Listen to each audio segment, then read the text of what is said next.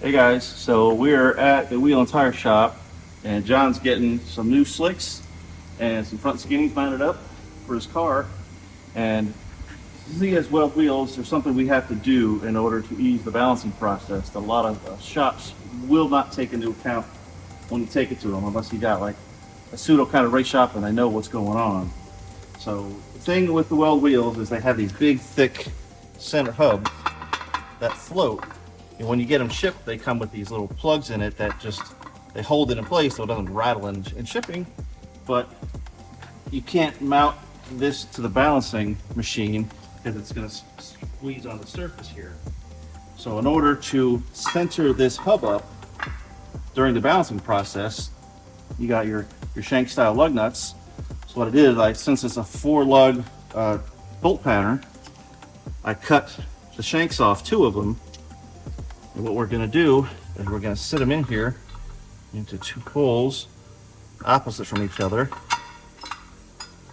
So it'll center this hub up as best we can. So when the machine's going to clamp here, hold it centered, and we'll show you what it's like balancing a wheel without these little lugs to center this hub up and with the lugs to center the hub up. I'll show you what's going on. Even the wheels are bad. Is that running true? But so we out like a lot. 565. All right, let's put these spacers in and see if it improves just for that. Let's go. Good.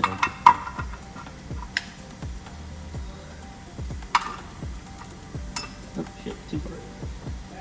Bleep that part out. It'll be fine.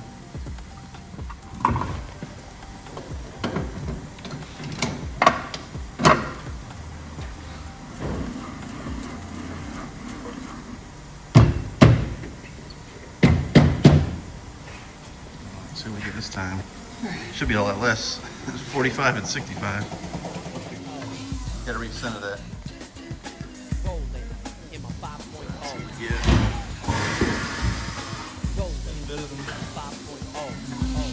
Sweet. I think that's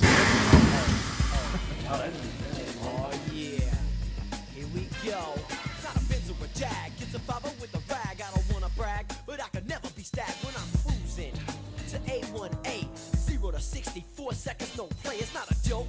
And you can see the smoke, I'm burning rubber. You heard me clear, I didn't